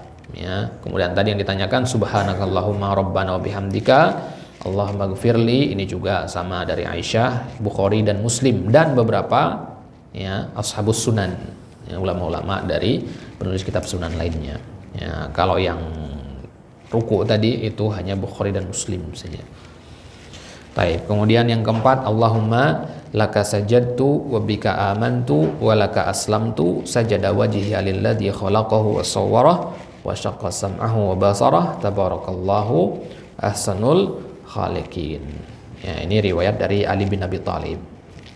Baik, jadi Nabi pernah mengajarkan bacaan sujud ini kepada Ali. Jadi sahih dari Nabi juga berarti. Baik. Ya, jadi kalau subhana rabbiyal a'la itu Nabi ajarkan kepada Ibnu Abbas. Ya, jadi bacaannya beda-beda, gerakannya sama. Yang menunjukkan berarti boleh divariasikan di sini. Ya, ibadah-ibadah yang tidak terikat seperti ini boleh divariasikan bacaannya. Ya, tetap saja aturannya memvariasikan itu harus ada dalilnya. Ya, tidak boleh bikin-bikin. Baik. Kemudian kalau ketika sujud boleh nggak kita baca doa selain doa zikir-zikir ini? Ini zikir namanya ya. Ini zikir. Bedakan dengan doa. Kalau doa itu kita minta sesuatu, itu doa. Ya, kalau zikir itu kita memuji Allah, ya, memuliakan Allah, mentasbih Allah. Ya, ini zikir. Boleh nggak kita tambah dengan doa ketika sujud? Boleh. Ya, di antara tempat yang mustajab untuk berdoa itu adalah ketika sujud. Kenapa? Kata Nabi, aqrabu ma yakunul abdu min rabbihi wa huwa sajid. Posisi terdekat seorang hamba dengan Rabbnya adalah ketika dia sujud, karena ketika itu tidak ada perantara antara dia dengan Rabbnya. Nah, ya, apa saja doa-doa yang ya, warid dari Nabi SAW, artinya doa-doa yang pernah Nabi baca ketika sujud. Ya, sebenarnya tidak ada batasan baca doa apa saja ketika sujud ya. Ya, bebas meminta apa saja ketika sujud itu. Ya. Nah, tapi ada doa-doa yang Nabi pernah baca. Nah, kalau kita ngaku diri Ahlussunnah wal Jamaah, ya kita mulai dari membaca doa-doa yang diajarin Nabi dulu. Baru kita tambah dengan doa-doa yang kita mau. Nah, ya sebagai bentuk ittiba kita kepada Nabi.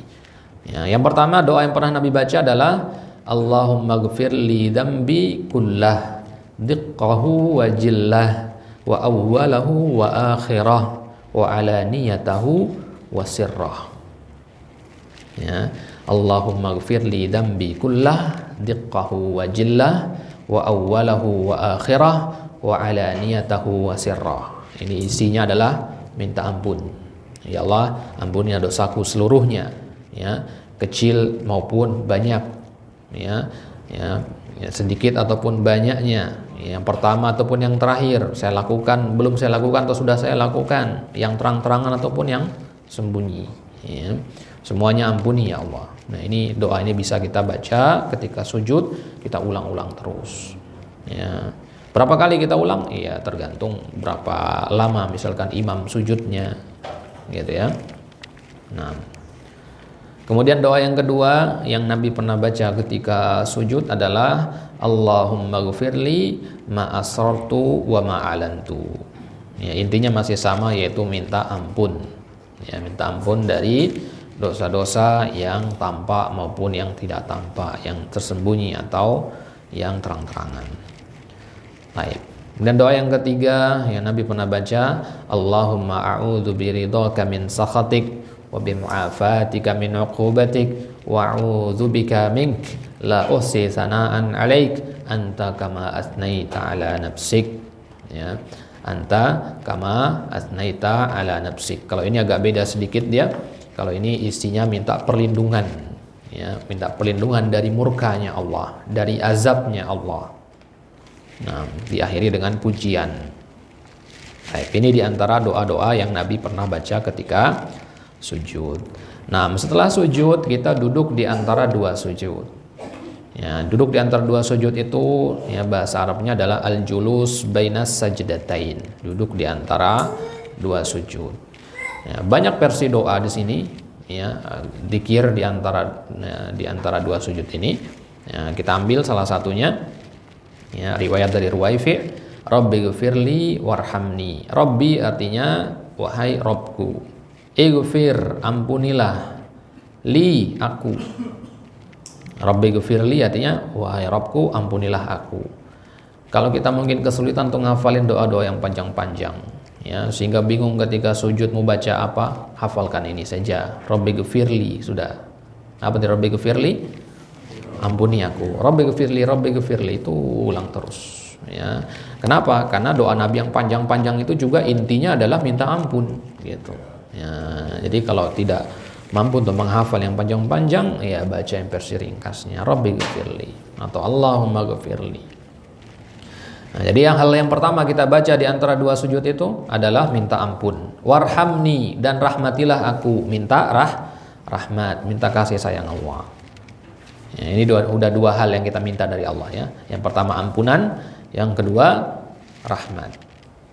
Kemudian yang ketiga wajburni, dan tamballah kekurangan-kekuranganku. Ya, ujburni itu dikata al-jabr. Al-jabr itu suatu yang bolong dan retak. Jadi kita ini nggak sempurna, ada salah dan kurang kita. Maka kita mohon kepada Allah agar salah dan kurang itu ditambal. Ya, warfa'ni, dan angkatlah derajatku. Ya, minta ditambal kekurangan, sekarang minta diangkat derajat. Warzuqni, minta dikaruniakan rezeki. Ya, wahdini, minta dikaruniakan petunjuk. Ya, berarti totalnya ada berapa hal yang kita minta duduk di antara dua sujud ini? Ada berapa hal yang kita minta di situ kepada Allah? Ada 6. Yang pertama apa?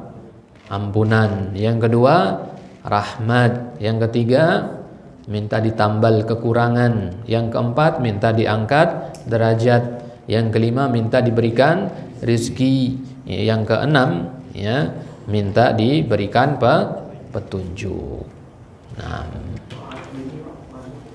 Nah, itu versi yang lain. Nah, jadi ada banyak versi. Ya. Kalau artinya bagaimana? Wa'afini wa'fu anni. Wa'afini artinya sembuhkan saya. Wa'fu anni artinya maafkan saya. Ya, sembuhkan badan saya, ya, dan ya, ampuni saya. Ya, itu sih. Ya, yang ada wa'afini wa'fu anni. Baik. Jelas sampai sini? Silakan. Kalau kebalik-kebalik, boleh apa tidak? Ya, kalau dalam mazhab Syafi'i ada kelonggaran. Syafi'i dan Hambali memberikan kelonggaran dalam masalah ini. Tapi kalau Maliki Hanafi mengatakan harus ikut yang Nabi sebutkan. Gitu ya. Kalau kebolak-balik tidak masalah. Yang penting tidak sengaja membolak-balik dan meyakini itu yang benar. Gitu ya. Ya, maka kalau kebolak-balik misalkan nanti, ya jangan diyakini sebagai itu yang benar saja, cukup, gitu ya. Dan berusaha untuk menghafalkan yang mudah-mudah saja kalau begitu. Ya, berarti jamaah sekalian, sholat ini isinya doa berarti ya. Ya, maka Nabi katakan ad-du'a'u mukhul ibadah. Otaknya, intinya ibadah itu adalah pada doa. Ya, maka selesai sholat itu yang disunnahkan adalah zikir, bukan berdoa lagi. Lah tadi kan udah doa dalam sholat, gitu ya. Nah, Nabi nggak pernah ajarin Nabi sholat itu berdoa, zikir langsung. Ya, habis sholat Nabi zikir. Kalau mau doa setelahnya, ya. Kalau mau doa lagi setelahnya. Ya, tapi utamakan zikir terlebih dahulu. Taib. Ini duduk di antara dua sujud. Ya, ada banyak versi, tidak kita bahas versinya saking banyaknya di sini ya. Banyak sekali versinya. Ya, bisa rujuk ke kitab-kitab yang kita sebutkan di awal tadi. Ya, versinya ada banyak. Baik. Jadi kalau ini belum kita hafalkan, kita hafal yang versi yang lain, ya, bisa jadi itu versi yang benar. Ya, silakan di cross check ke kitab-kitab para ulama, sudah benar nggak yang selama ini kita hafalkan. Ya. Baik. Kemudian selanjutnya adalah tasyahud. Ya, tasyahud itu artinya persaksian. Nah, maka inti dari tasyahud itu adalah kita bersaksi bahwasanya Allah adalah Rabb kita dan Nabi SAW adalah hamba dan utusannya. Baik, itu inti dari at-tasyahud ini. Baik, tasyahud awal kita mulai dulu. At-tahiyyatu lillah. At-tahiyyat artinya keagungan. Lillah itu milik Allah. Was-salawat, dan solat yang kita kerjakan itu semua juga milik Allah. Wat-thayyibat, dan kebaikan-kebaikan yang kita lakukan dari amal-amal yang soleh semuanya juga milik Allah. Ya, di situ ada koma, berarti kalimatnya sudah selesai. Lanjut poin yang selanjutnya. Assalamu alaika, keselamatan atasmu. Ya, siapa? Ayyuhan nabi, wahai nabi. Nah, ini yang diperselisihkan para ulama juga, apakah boleh pakai kata alaika di situ. Ya, ayyuhan nabi, wahai nabi, wa rahmatullah. Ya, selain keselamatan, semoga juga rahmat Allah dan keberkahannya atasmu wahai nabi. Jadi kita mendoakan untuk nabi ada tiga hal. Yang pertama assalam, keselamatan. Yang kedua ar-rahmah, kasih sayang. Kemudian yang ketiga al-barokah, keberkahan. Ya, maka ya, ketika mengucapkan salam kepada sesama saudara kita, ya bacalah versi yang lengkapnya. Assalamualaikum warahmatullahi wabarakatuh. Ya. Baik. Kemudian poin yang ketiga dari tahiyat itu atau tasyahud ini adalah assalamu alaina wa ala ibadillahis salihin. Assalamu alaina. Selain keselamatan atas Nabi, juga kita mendoakan keselamatan atas diri kita sendiri. Ya. Keselamatan atas kita, wa ala, dan atas ibadillah, hamba-hamba Allah. Ya. Apakah semua hamba-hamba Allah dapat keselamatan? Ya. Di takyid selanjutnya as-salihin, yang soleh-soleh saja. Ya, karena hamba Allah juga ada yang kafir. Ya, itulah kenapa tidak boleh mengawali mengucapkan salam kepada orang kafir. Karena salam itu artinya keselamatan. Bagaimana kita mendoakan keselamatan bagi orang yang tidak mengakui Allah sebagai Rabb-nya? Ya. Nah, kemudian asyhadu alla ilaha illallah. Asyhadu, ya persaksian di sini. Ya, artinya aku bersaksi. Ya, aku mengikrarkan la ilaha, tiada Tuhan yang berhak disembah illallah, selain Allah. Jadi la ilaha illallah itu ya, tidak boleh diterjemahkan dengan tiada Tuhan selain Allah. Ya, terjemahan yang kurang tepat. Yang benar dari penerjemahan la ilaha illallah adalah tiada Tuhan yang berhak disembah selain Allah. Ya, Tuhan yang berhak disembah itu hanya Allah doang. Ya. Kalau kita katakan tidak ada Tuhan selain Allah, ya, lantas apa yang disembah sama orang Hindu? Apa yang disembah sama orang Buddha? Ya, sama orang Nasrani? Ya, itu kan ilah mereka. Ya, sesembahan mereka itu. Ya, maka yang tepat dari kalimat tauhid la ilaha illallah adalah tiada Tuhan yang berhak disembah illallah, selain Allah. Itu syahadat yang pertama. Wa asyhadu anna Muhammadan, dan aku bersaksi bahwasanya Muhammad adalah abduhu wa rasuluh, adalah hambanya Allah dan utusannya Allah. Jadi sebelum beliau menjadi seorang utusan, beliau adalah seorang hamba. Ya, ini berarti bantahan kepada orang yang berlebihan dalam memuliakan Nabi. Ya, para sahabat saja ya pernah ditegur oleh Nabi ketika Nabi datang, mereka bangun dari duduknya, ya berdiri untuk menyambut kedatangan Nabi. Ya, nah, Nabi tegur mereka, jangan seperti itu kelakuannya orang-orang Romawi, orang Persia itu. Ya, jangan berlebihan dalam memujiku. Ya, kenapa? Karena Nabi itu adalah seorang hamba juga selain seorang Rasul. Ya. Baik.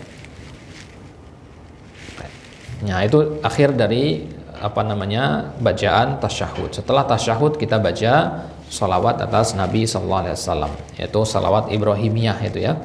Salawat Ibrahimiyah itu salawat kepada Nabi Muhammad dan Nabi Ibrahim. Kenapa Nabi Ibrahim juga? Karena Nabi Ibrahim adalah bapaknya para nabi, penggawanya tauhid yang pertama kali mengajarkan dakwah yang hanif ya, yang diberi gelar dengan Khalilur Rahman, kekasihnya Allah. Kekasihnya Allah itu hanya ada dua, yaitu Nabi Ibrahim dan Nabi kita Muhammad sallallahu alaihi wasallam.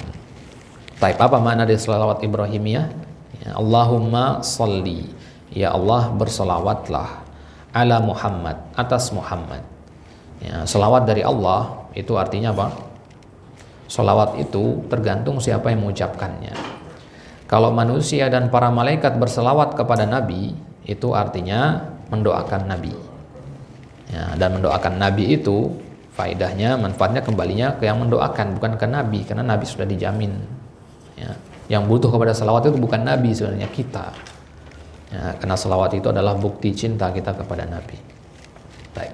Kemudian kalau selawat dari Allah, artinya ya Allah Subhanahu Wa Taala menempatkan Nabi dalam ya, posisi yang terpuji.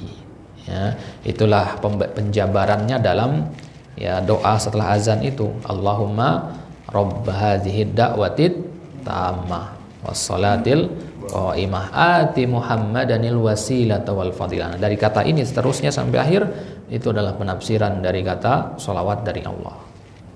Ya. Baik. Jadi ya Allah berselawatlah atas Muhammad wa ala ali Muhammad, dan atas keluarganya Muhammad. Kalau disebutkan ali Muhammad tanpa ada kata wasahbihi, nah, kita masuk juga di situ. Ya, masuk juga orang-orang yang mengikuti beliau.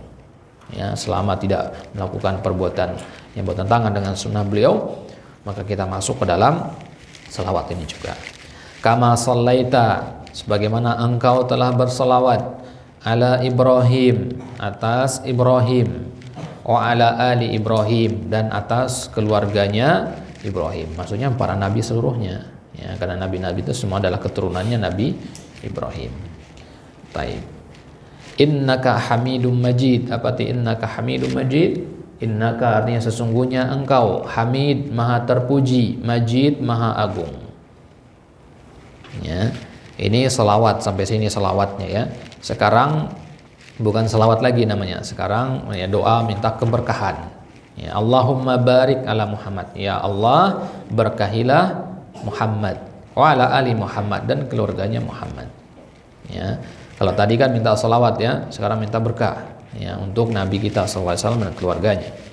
Kama barakta, sebagaimana engkau telah memberkahi ya ala Ibrahim, atas Nabi Ibrahim, wa ala ali Ibrahim, dan atas keluarganya Ibrahim. Innaka Hamidum Majid. Apa arti innaka Hamidum Majid tadi? Sungguhnya engkau adalah zat yang maha terpuji dan maha agung, maha mulia. Nah, ya taib. Jadi dengan selesainya selawat Ibrahimiyah ini, selesailah kita dari rangkaian salat. Nah, sebelum kita masuk ke salam, disunahkan sebelum salam itu untuk berdoa. Doa yang seperti mana? Seperti apa yang harus kita doa atau baca ketika sebelum salam? Yaitu doa-doa yang isinya minta perlindungan. Ya, boleh nggak minta sesuatu? Boleh aja. Tapi Nabi dalam riwayat-riwayatnya biasanya sebelum salam itu beliau isi dengan doa-doa minta perlindungan. Ya, apa contohnya misalkan? Ya, Allahumma inni a'udzubika min adabil qabri. Ya Allah, sesungguhnya aku berlindung kepadamu min adabil qabri, dari azab kubur. Wa a'udzubika, dan aku berlindung kepadamu min fitnah, dari fitnah. Fitnah itu artinya ujian, musibah. Ya, bukan fitnah sebagaimana kita ketahui, tidak ya. Fitnah dalam bahasa Arab itu artinya ujian atau musibah. Dari fitnahnya Al-Masih. Ya, siapa itu Al-Masih? Ad-Dajjal. Ada dua yang diberi gelar Al-Masih, yaitu Nabi Isa dan Dajjal. Kenapa dikatakan Al-Masih? Mana Al-Masih? Ada dua penafsiran para ulama. Ya, Al-Masih dikatakan Al-Masih li'anna ainahu mamsuhah, karena matanya buta sebelah. Dikatakan Masih. Masih artinya terhapus. Ya. Ya, kemudian Nabi Isa dikatakan Al-Masih. Kenapa? Kata para ulama, yang pertama karena beliau pernah menghidupkan orang mati dengan cara mengusapnya. Masaha itu mengusap. Al-Masih artinya yang mengusap. Ya, diusap hidup. Kemudian yang kedua, para ulama mengatakan kenapa Nabi Isa dikatakan Al-Masih? Karena beliau yang akan menghapus nanti syariat-syariat yang ya bertentangan dengan syariatnya Nabi sallallahu alaihi wasallam di akhir zaman nanti ya. Itu maksudnya. Nah, kemudian Dajjal dikatakan Al-Masih juga tadi yang pertama karena matanya terhapus satu, yang kedua karena dia akan ya menjelajahi seluruh permukaan bumi nanti kecuali Makkah dan Madinah. Ya, artinya menghapus seluruh ya ajaran ya yang benar di atas muka bumi ini nantinya. Ya, saking banyaknya pengikutnya waktu itu. Taib. Jadi yang pertama tadi minta perlindungan dari apa? Azab kubur. Yang kedua dari fitnah Dajjal. Ya, Dajjal itu secara bahasa artinya pendusta. Ya, dinamakan Dajjal karena dia pendusta. Wa'udzubika min fitnatil mahya wa fitnatil mamat. Dan aku berlindung kepadamu dari fitnah al-mahya. Al-mahya artinya kehidupan. Wa fitnatil mamat, dan fitnah kematian. Artinya ujian ketika hidup dan ujian ketika mati. Ujian ketika hidup ya musibah-musibah yang kita dapati di kehidupan ini, syubhat, syahwat, fitnah dan sebagainya.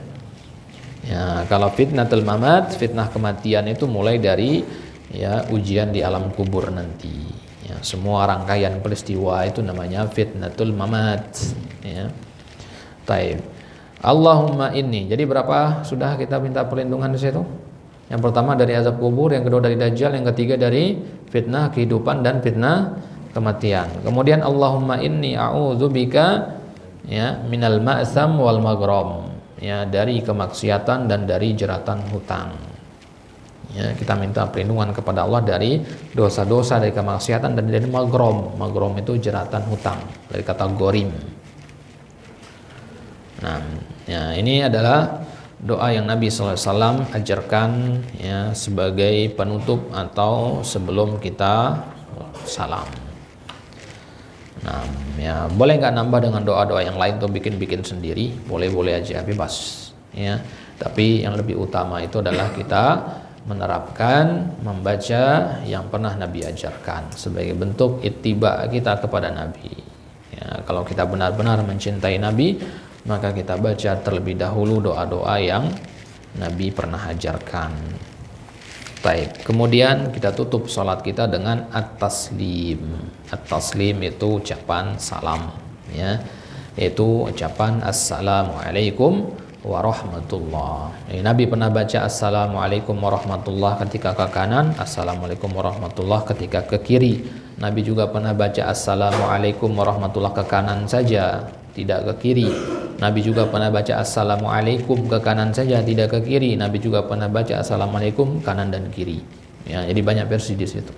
Ya, jadi jangan kita kaget nanti kok imamnya beda nih tiba-tiba nih assalamualaikum doang. Ya, ini kok pakai warahmatullah juga. Nah, kapan pakai warahmatullah, kapan tidak pakai, bebas. Semuanya itu sesuai dari Nabi SAW. Baik, di sini kita pakai yang warahmatullah. Kalau wabarakatuh boleh? Ya, boleh-boleh saja dalam mazhab Syafi'i diperbolehkan, cuman tidak ada riwayat dari Nabi pernah baca wabarakatuh. Nah, boleh nggak nambah-nambah yang lain? Assalamualaikum warahmatullahi wabarakatuh waridwanuh. Nah, ada tambahan-tambahan seperti itu. Ya, yang ini tidak boleh dalam mazhab Syafi'i, itu batal sholatnya. Ya, kata beliau harus diulang sholatnya seperti itu. Kenapa? Ya, karena salam ini kedudukannya sebagai penghalal. Ya, pentahlil. Penghalal maksudnya yang menjadikan sesuatu yang tadinya haram menjadi halal. Tadinya kan pas lagi sholat haram makan dan minum. Ya, dengan salam ini dia menjadi halal. Ya, halal kembali maksudnya. Maka harus benar-benar sesuai salam kita agar bisa menjadi halal lagi gitu. Kalau salam kita tidak tepat, maka bisa jadi ya sholat itu dianggap belum berakhir begitu. Ya. Ya, maka harus diputus dengan cara yang sesuai dengan sunnah Nabi. Dan lafaz yang paling sesuai dengan sunnah Nabi adalah assalamualaikum warahmatullah. Nah, assalam artinya ya, semoga keselamatan, alaikum atas kalian, dan begitu pula rahmatullah, rahmat Allah. Nah, ya, ini mana dari ucapan salam sebagai penutup salat itu. Baik, ya, ini rangkaian ya, dari bacaan-bacaan ketika salat. Ya, maka kedepannya minimal kita ya bisa membayangkan makna-maknanya. Kalau masih belum teringat ketika sholat, nanti dibuka lagi bukunya, catatannya, dilihat kembali ya, sampai ada perasaan lebih, ada perasaan beda ketika kita membaca ayat itu atau zikir-zikir itu.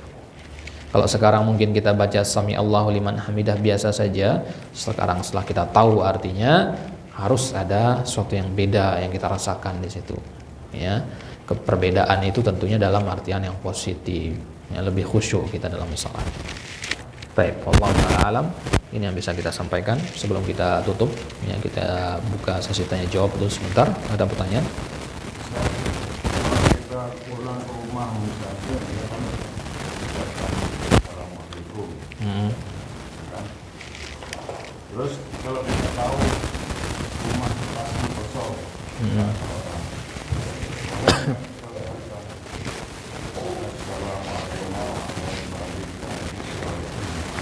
ada anjuran tidak salam, boleh nggak penempatan itu? Nah, baik. Memang ada riwayat ya, dari Abu Daud mengatakan bahwasanya kalau kita masuk ke suatu rumah yang tidak ada penghuninya atau rumah yang kosong, maka kita dianjurkan untuk mengucapkan salam, assalamu alaina wa ala ibadillahis sholihin. Keselamatan atas kita dan atas hamba-hamba Allah yang saleh, karena di dalam rumah yang kosong itu ya, ada jin dari kalangan muslim di situ. Ya. Kalau kita baca assalamualaikum untuk rumah yang kosong, berarti jin-jin yang kafir juga kita doakan keselamatan. Jadi, ya, maka hanya yang ibadillahis salihin saja, hamba-hamba Allah yang soleh, entah dari kalangan para malaikat atau dari kalangan jin. Ya, baik, Allahu a'lam. Sudah, silakan.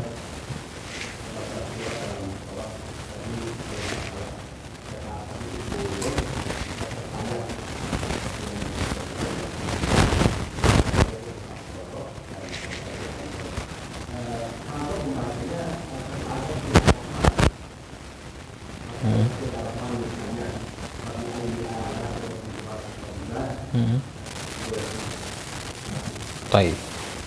Jadi satu ayat, yang dimaksud dengan satu ayat itu ya tidak terbatas ya, selama yang kita lihat di mushaf itu satu ayat, maka hukumnya boleh saja ya.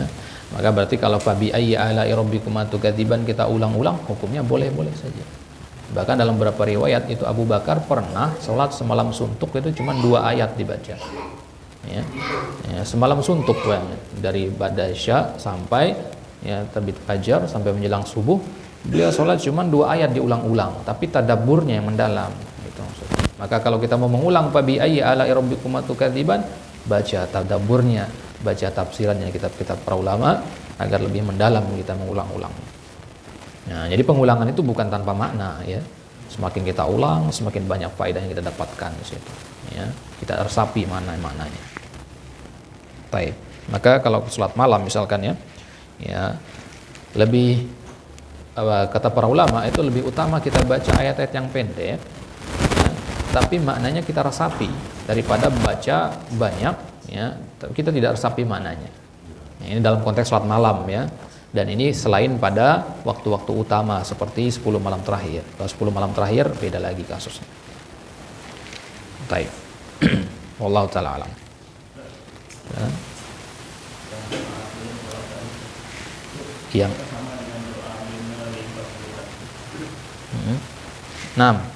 ya, doa yang kita baca, yang kita bahas tadi ya, itu versi dari An-Nasa'i, diriwayatkan juga oleh Abu Daud dan Tirmidzi ya. Adapun yang berlindung dari 4 hal itu juga ada riwayatnya. Ya, ada riwayatnya. Intinya adalah sebelum salam itu boleh kita berdoa dengan doa apa saja. Ya, boleh berdoa dengan doa apa saja. Intinya adalah minta perlindungan dari hal-hal yang buruk. Ya, kalau kita ngerasa diri kita itu gampang sekali misalkan ya, terkena rasa malas dalam beribadah misalkan, maka kita berdoa di situ minta perlindungan dari rasa malas. Allahumma inni a'udzubika minal ajzi wal kasali dan seterusnya. Jadi tergantung kebutuhan kita begitu. Tapi yang sering diulang-ulang oleh Nabi itu adalah minta perlindungan dari 4 hal itu. Ya, itu semua sabit dari Nabi SAW. Ya, jadi boleh silakan pilih yang mana. Lantas kenapa kita pilih yang barusan daripada yang 4 itu? Karena yang barusan lebih lengkap, gitu maksudnya. Ya, ada wal ma'sam wal magrom, dan ini satu-satunya riwayat yang ada minta perlindungan dari ma'sam dan magrom tadi. Apa ma'sam dan magrom tadi? Ya, dosa dan jeratan hutang. Ini satu-satunya riwayat dari Nabi. Ya, kalau yang 4 disebutkan sama Nabi itu dan riwayat yang lain itu dari apa? Azab Jahannam ya. Yang dari azab Jahannam, azab kubur, fitnatul mahya wal mamat, sama fitnah Masihid Dajjal. Ya, boleh ya. Tambahkan sama 2 yang tadi, ya, al-ma'sam wal magrom juga boleh. Nah, bebas intinya di situ. Nabi tidak membatasi. Nah, wallahu taala. Baik. Silakan, Fadhil.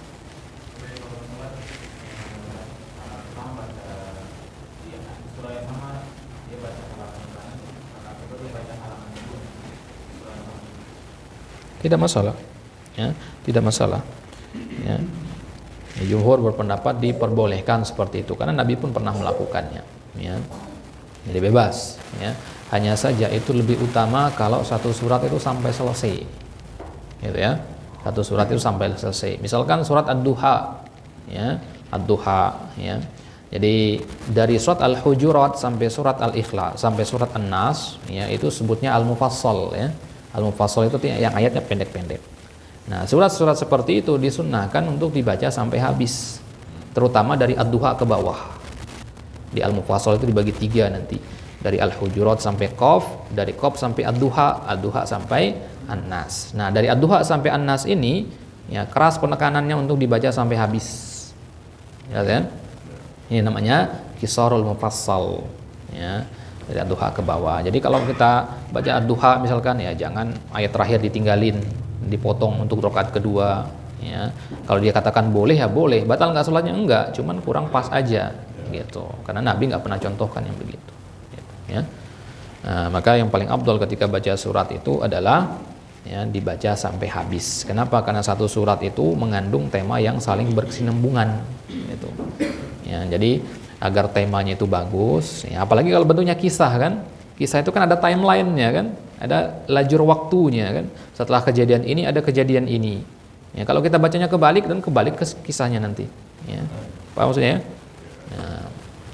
Ya, jadi ya, pentingnya di situ kita paham apa yang dibaca sehingga kita tahu mana yang harus dibaca duluan. Ya, kalau jadi imam harus paham ini, ya, kapan memotong dan kapan menyambung itu harus paham. Ya, agar jangan memotong ketika tema ayatnya masih, ya, sehingga menjadi menggantung di situ. Ya, itu pentingnya di situ fikih dalam menjadi seorang imam di situ. Jadi tidak sembarangan motong-motong itu, ya. Tapi kalau sholat sendirian bebas, mau motong di mana aja bebas. Ya, kalau sholat sendirian. Tapi kalau jadi imam ada tambahan aturan di situ, karena ini konteksnya orang banyak. Baik, Allah Ta'ala. Baik, terakhir ada satu pertanyaan lagi. Sudah cukup? Baik, ya.